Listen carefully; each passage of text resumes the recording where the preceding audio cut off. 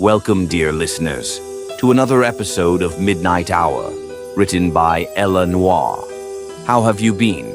I myself have been craving a little excitement, a little elegance, a little horror. Now, there is only one place that comes to mind, a city where history, mystery, and something darker lurk beneath the surface. Let's take a trip. Tonight we visit the Big Easy. New Orleans, a city that wears its soul on its sleeve, its past braided with the music of jazz, the scent of beignets, and the lingering whispers of the voodoo that once thrived in its heart. But beneath the lively facade of Bourbon Street, there are corners that few dare to tread, places where the shadows grow long and where the past refuses to remain buried. Tonight, dear listener, we take a trip to a hidden corner of the French Quarter, a place where the air is thick with magic and the line between life and death is paper-thin. It was late summer when Claire Faulkner received the letter that would pull her into the heart of darkness, a letter postmarked from an aunt she had never met, her great-aunt, whose name was whispered in hushed tones among the family, a woman known for her eccentricities and for her deep, unsettling interest in the occult. Aunt Morgana, what has become of you? May you rest in peace. You see, Claire's great-aunt, Morgana, or Mama Morgue, as she was infamously known, had been something of a legend in New Orleans. An expert in voodoo and hoodoo, the arcane arts that mingled with the very bones of the city. She was a woman who believed in the power of spirits, who trapped lost souls in glass bottles, in charms, in objects, and, as it turns out, in the very wax figures she crafted. Though rumors flew of her dealings with the dark and unnatural, that is all Claire believed it to be. Rumors. She didn't put much thought into them. Claire's inheritance was an old wax museum, tucked away in a forgotten alley of the French Quarter. La Galerie De Cire, the Gallery of Wax, it was called. The collection was vast, dozens of figures, each lifelike and meticulously crafted, their eyes hollow but strangely watchful. They were arranged in scenes, frozen in time, a battle at the height of war, a séance conducted under a candle-lit moon, a family huddled together in fear. It all seemed so beautiful in its own way, but beauty has a way of hiding the most dreadful truths, doesn't it? And this is one truth that Claire should have left buried. But here she was, desperate and near penniless. She had to make this work. She had tried everything else. It was like an answer to her prayers. What Claire didn't know was that those rumors, well, let's just say there's always a little truth in every story, isn't there? It turns out dear old Mama Morgue left a little diary. It hid all of her darkest secrets. Some called her a genius, others a madwoman, but one thing was certain. Her art was like nothing anyone had ever seen. The figures she created were so lifelike, so eerie, that people began to wonder, were they just wax or something else entirely? What in the world is going on here? I never thought I'd actually set foot in this place. Never thought I'd see this old house, this museum. And yet, here I am, standing in front of it. La Galerie De Cire. Mama Morgue. I'd heard the stories, you know. Folks talking about how she was so strange. They said she made statues, wax figures of people, but they looked too real, like they were alive, like they had souls trapped inside. I've never put much stock in those stories, but now I'm wondering, what's real? What's been buried in my family's past that I've never known? As Claire stepped inside, the museum was eerily silent. The walls were lined with hundreds of wax figures, each one more lifelike than the last. Soldiers frozen in mid-battle, a beggar crying in the street, mothers holding their babies in protective embrace. But as she wandered deeper into the gallery, an uncomfortable stillness settled in, as if the figures were watching her, judging her, waiting for her to understand the truth. But what Claire didn't know was that her bloodline, the Osirian family, held a legacy far darker than she could have ever imagined. The Osirians weren't just artists or curators, they were practitioners of an ancient forbidden magic, a combination of both voodoo, hoodoo, and something else. A power so deep it could bind souls to the physical world forever, drawing the power from them to grow their own magic. And her great-aunt, Mama Morgue, she had been a master of this dark craft. The family's connection to the supernatural ran deep, and Mama Morgue had used that power and the wax figures to hold spirits hostage, forcing them to live in an eternal frozen state. No peace, no rest. Some had been dark deals, some had been unfortunate circumstance, and some were out of necessity. Well, I better get to work. Plenty to do, and not a lot of time to do it in. That is if I want to open the museum back up by next month, which, according to my current financial situation, is a must. Claire worked tirelessly for the next few weeks, making sure to strategically plan for every possible scenario. She had electrical inspections and plumbing redone. She even paid to have each figure cleaned and touched up. The closer it got to opening night, the more uneasy Claire began to feel. She would tell herself that while it was a somewhat unique way to live, that it would pay the bills, and she would get to meet some new people. After all, New Orleans had tons of people coming and going all the time. She missed the friends she left back home and her family. She needed to go out more, socialize, and mingle. Plus, she told herself that it would be a good chance to advertise and hopefully get a little more business. The day of the opening, the first visitor entered the gallery with an air of quiet curiosity. It was a man, tall with a sharp jawline, his eyes hidden behind dark sunglasses, even in the dim light of the gallery. He wandered in as if drawn by some unseen force, his gaze lingering on the wax figures, as if they were more than just lifeless statues. Claire watched from behind the counter, her attention caught. There was something about him, something that set him apart from the usual tourists. He didn't seem afraid of the eerie stillness of the place. In fact, he almost looked intrigued. As he passed one of the figures, a woman frozen mid-scream, her face twisted in terror. He paused. A shiver ran down Claire's spine. The moment felt too still, too heavy. Absolutely remarkable. You like what you see? He turned, his sunglasses catching the dim light as he smiled, the kind of smile that sent a thrill through Claire's chest. He was too charming, like something out of a forgotten romance. And yet there was a sadness in his eyes, a lingering shadow that hinted at something deeper, darker. His voice was rich with an accent she couldn't quite place.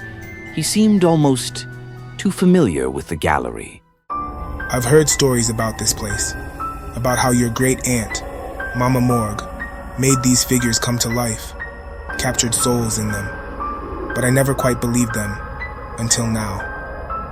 I mean, just look at the attention to detail. Every single piece has a story you know. It's so fascinating. Too bad it's all attached to such a horrible tragedy. Mama Morgue was said to be a great voodoo woman. Sorry, name's Liam. And might I ask your name?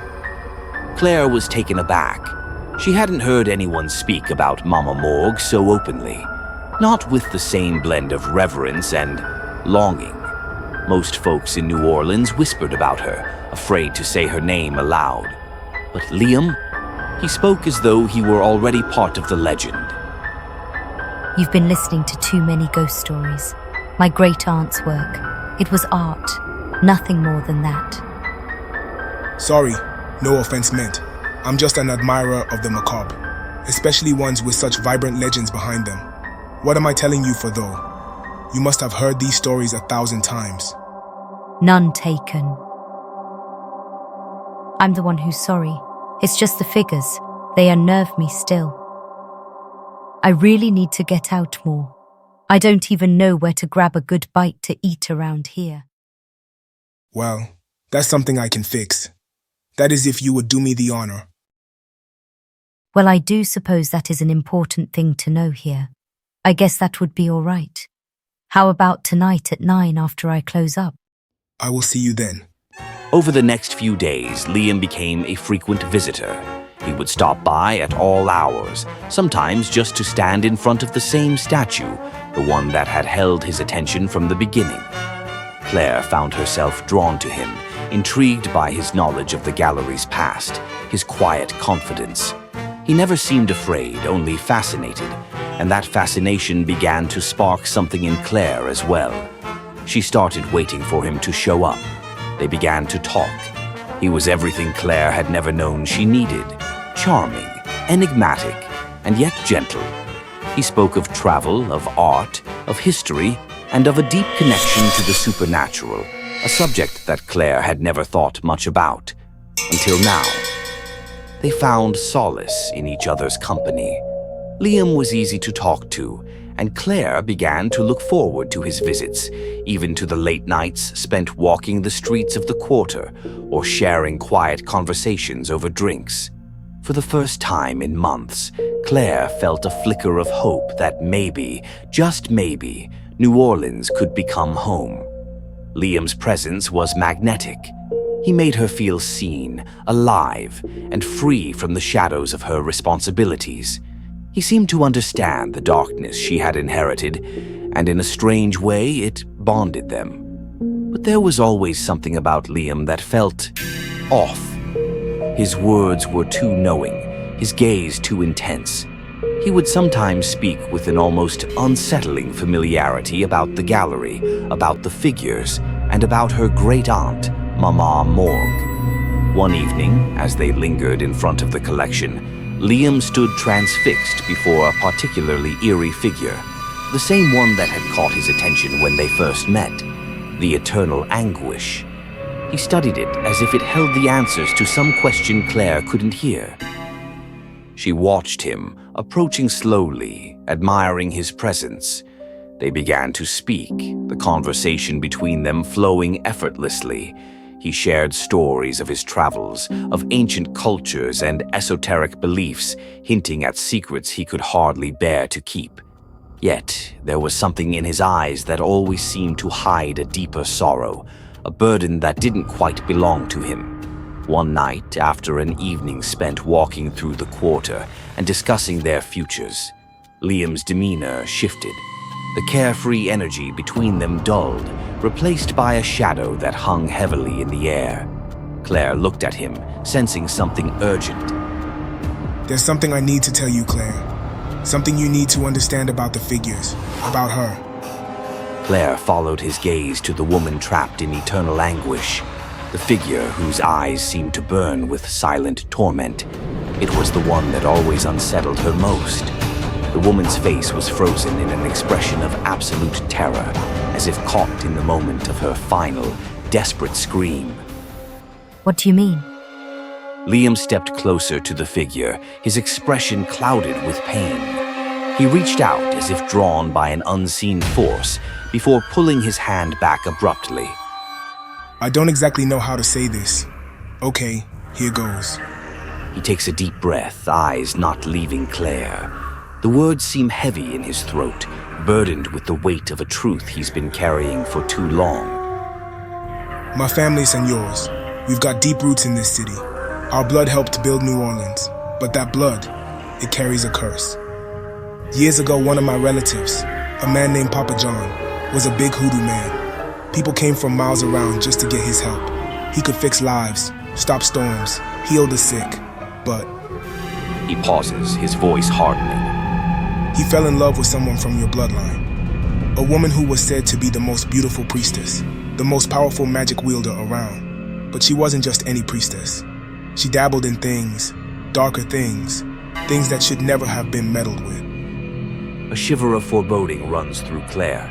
She swallows, trying to steady herself. His voice grew darker, more intense. One night the levee broke. A storm came down with a vengeance, and before Papa John could get to her, she drowned, just like that. And from that moment on, every generation in my family, we lose a woman, the youngest, to unimaginable torment. It's the last curse she cast, and it was on us, Claire. The last act of vengeance because Papa John didn't show up in time to save her. Claire's head spins. The room feels colder, and the silence between them grows heavy with the weight of the curse. But Mama Morgue, your great aunt, she wasn't going to let us suffer anymore. She fought it, Claire. She tried to break the curse. She thought she could find a way to free us all. And she cast a ritual the night she died, in that rainstorm, just like tonight, and in the thunder. Thunder cracks, shaking the windows, and Claire freezes. The connection between Liam's words and the present striking her in a terrifying way. My sister and I, we knew time was running out. We didn't think it was possible at first. But Mama Morgue, she said she would turn my sister into one of her figures and keep her there until she could figure out a way to stop it. We agreed, even though we knew the pain it would cause us both. Claire takes a step back. Her heart races as his story spirals deeper into darkness. When the ritual was done, I went to Lee. I was going to drown my sorrows at the bar around the corner. That's when it happened. Mama Morgue collapsed. She was gone. I couldn't save her. She died right there. Claire's legs almost give out beneath her. She stumbles backward, fear blooming in her chest. You were there when she died? I was, but I couldn't do anything. I tried, but she was gone before I could get to her. Why didn't you tell anyone? How could I, Claire? How could I say, sorry, officer? We were conducting a secret voodoo ceremony to save my sister, who, by the way, is now a wax figure. And oh, we're cursed. Don't mind me. No, I couldn't very well do that, could I? He begins to walk toward her, his eyes narrowing, each step slow and deliberate, each word wrapping tighter around her like a vice. But do you want to know the real kicker, Claire? When Mama Morgue collapsed, she had her grimoire. I picked it up, thought it might have something useful in it, and boy, did it. Claire's pulse quickens. The pieces of his story are falling into place, and yet the truth feels worse than anything she could have imagined. Apparently, there was a way to break the curse all along. All I needed was one thing that Mama Morgue conveniently forgot to mention: the blood of the firstborn female. Correct me if I'm wrong, Claire, but you're the oldest of your siblings, aren't you? Without warning, he lunges at her, grabbing her with a strength she never anticipated. Her body recoils in shock, but his grip is ironclad, holding her tightly as she struggles. No, let me go. One by one, the figures stir. Their faces twist and contort, their once lifeless bodies now writhing with unnatural, malevolent movement. It's as though the very souls of the cursed are being awoken. The statues spasm, their bodies deforming grotesquely, their limbs bending at impossible angles, crawling toward her with a relentless hunger. It has to be done, Claire. Her screams are muffled as the figures close in on her, the agony of her limbs being torn asunder, overwhelming her senses. As she collapses into the inky void of the room, Liam, cold and distant, gathers a vial of her blood. The figures return to their places, their monstrous forms frozen again in eternal, tormenting silence. And Liam, he holds the vial tightly in his hand. I finally did it, sister. We're free. Well, well, well. Looks like Liam got what he wanted. He saved his beloved sister. He broke the curse that had plagued their family for generations. But as always with curses, there is a price to pay. Liam and his sister are now the curators, bound to the museum, the collection, and the pain for eternity. Or at least until the next curse is broken. So remember when you are in the quarter, taking in the sights and sounds. Make sure to check out a little museum called La Galerie De Cire. But be warned, some bargains are far darker than they appear, and the price of freedom may be more than you can afford. Until next time, dear listener, I'll be waiting in the midnight hour.